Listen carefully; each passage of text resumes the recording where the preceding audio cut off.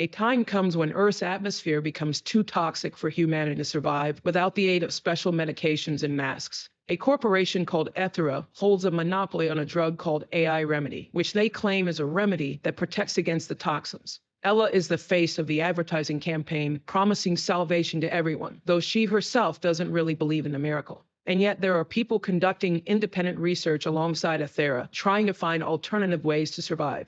One day, a chemist named Solomon learns that a banned substance is being circulated in clubs, something that closely resembles his new development. He decides to conduct a field test by swapping it with his new formula. Meanwhile, Ella prepares for another appearance and remembers her mother, who took her own life because she could no longer breathe.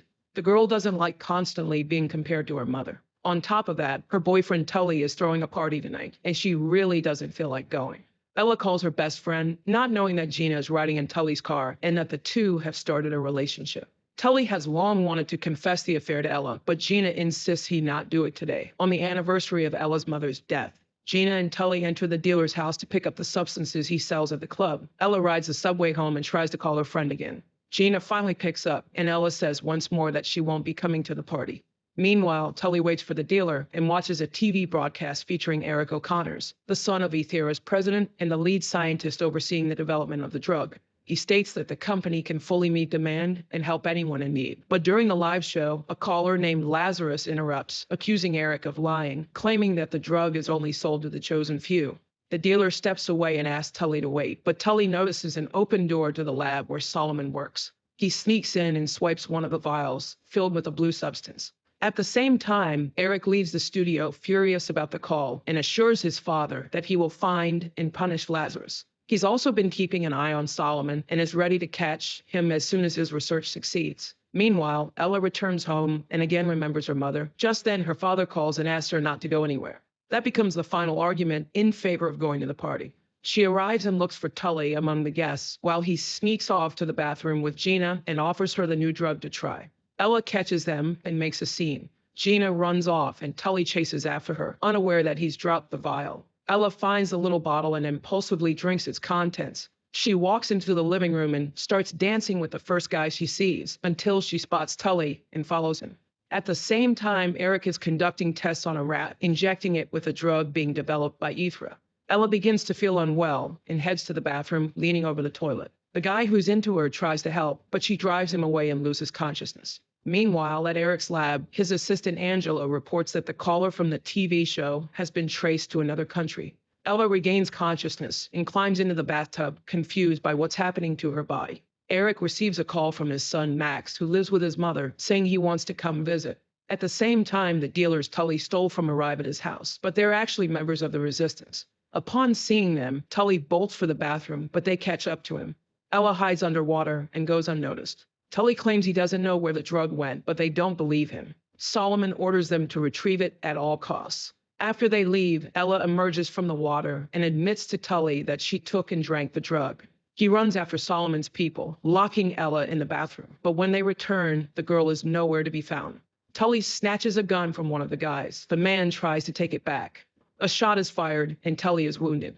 Solomon's people leave, not wanting trouble with the police. Lying on the floor, Tully suddenly sees Ella hanging from the ceiling. She jumps down and, horrified, shows him her mutagenic changes, including enhanced strength. She leaves, but notices that Solomon's people are still in the house and returns for Tully. At that moment, Gina pulls up to Tully's house. Ella smashes the reinforced bathroom window, which alerts Solomon's men. They chase after the couple as Ella and Tully try to escape across the rooftop. Gina sees Tully balancing on the edge and, not realizing that Ella is trying to save him, assumes she's pushing him. Tully slips and falls to his death. Solomon yells at Ella to come with him, saying only he can help her. But just then, the police arrive at the house. Ella flees the scene. Running into the street, she collapses in front of a car. The same guy who had tried to help her at Tully's house is behind the wheel. He takes her away. Later, Gina tells the police that Ella killed Tully. Meanwhile, Eric's operatives who've been monitoring Solomon report a strange girl suddenly involved in the case, someone the scientist desperately wants to find. Eric orders them to locate her. The guy brings Ella home and kisses her, but she regains consciousness and pushes him away, horrified to see a spike growing out of her elbow. The guy runs off and she rushes to the bathroom where she sees her body changing, growths and chitinous spurs forming on her skin. Terrified, she puts on loose clothes and a mask, then heads to the hospital. But when she shows a nurse the changes, the nurse orders her into quarantine and calls for security. Ella hides in the room of a girl dying from toxin exposure, climbing to the ceiling like an insect. When the girl confesses she doesn't have enough medicine, Ella gives her the last of her own supply, stored inside a medallion. Meanwhile, a police commissioner informs Eric about the incident involving Ella, who was reported by a man who witnessed her body mutating. She agrees to help Eric find the girl in exchange for a dose of the drug for her family. He accepts. Ella arrives at Gina's place. Gina believes she killed Tully, but Ella proves her innocence. While hiding in Gina's apartment, she soon realizes that her spine and even her fingernails are beginning to transform. Suddenly, she starts devouring all the raw meat in Gina's fridge. Gina confesses where Tully got the drug. Ella shows her the growths on her body. The two girls argue, but are interrupted by a call from Solomon. He proposes a meeting at a specified location, claiming he can help her. Meanwhile, hitmen arrive in Luxembourg, where the mysterious Lazarus had made his call to Eric, but he is already gone. Instead, Eric receives a message warning him not to play God. Back at Gina's, Ella continues eating meat and suddenly says she doesn't want to see Gina anymore. Gina returns the headset Ella once gave her as a gift. Eric calls his father, but the elder O'Connors only wants to be updated on results. Ella is captured by Solomon's people. Gina watches from a nearby car alongside Eric's operatives. They all witness Solomon bringing Ella to his lab, where she's strapped to a chair, but she easily tears through the restraints using the spikes growing from her arms and grabs a knife. Solomon explains that she's craving meat because her metabolism has accelerated. But suddenly, police, alerted by Gina, storm in and arrest both Ella and Solomon. Ella is immediately charged with Tully's murder. The commissioner reports everything to Eric. Sitting in a holding cell, Ella discovers that one of her ears is died off, and something strange is growing in its place. She accuses Solomon of turning her into a monster, but he explains that within a few years, humanity will be extinct, and beings like her, mutants with enhanced abilities, will take their place. Eric arrives and takes both Solomon and Ella after Ella shows him her mutations. He promises to cure her and punish Solomon. Eric transports them to Aethera's research facility, promising Ella that he'll call her father in London. But instead, she's subjected to a series of tests which reveal that her DNA includes a branch of non-human genome.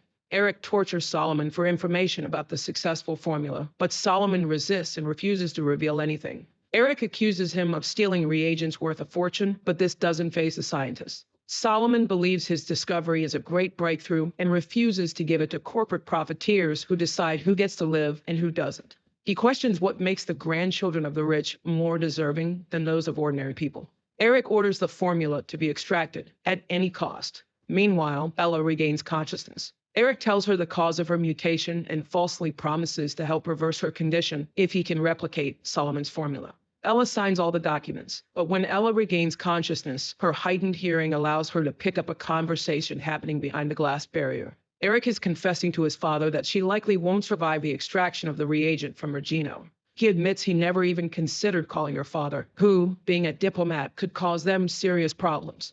Ella screams, revealing she's heard everything. Eric orders her to be sedated with gas. His father gives him 2 days to solve the issue. That evening, Solomon's friends arrive at the facility, disguised as a courier service.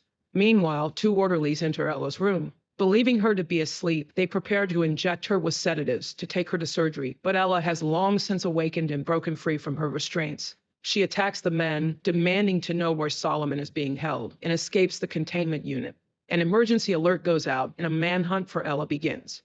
At the same time, Eric picks up his son Max at the airport and brings him to the facility, only to learn that Ella has escaped. Ella finds the block where Solomon is held, kills the guard, and unlocks his cell. Solomon confesses that his goal was to create a permanent antidote to distribute to all people on Earth, while Aethera only ever intended to save the chosen few. Meanwhile, Eric asks Angela to keep an eye on Max while he personally oversees the manhunt for Ella and Solomon. The 2 fugitives slip into an industrial tunnel just as their friends infiltrate the facility and, as a distraction, report a bomb threat. Eric orders the building to be flooded with gas to flush them out.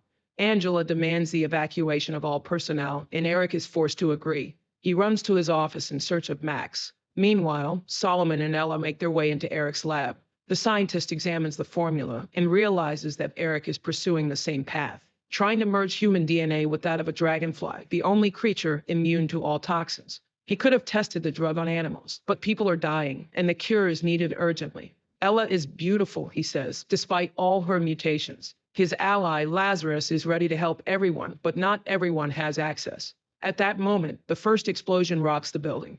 Eric and Angela rush to his office, but Max is gone. Eric arms himself and sets out to find his son.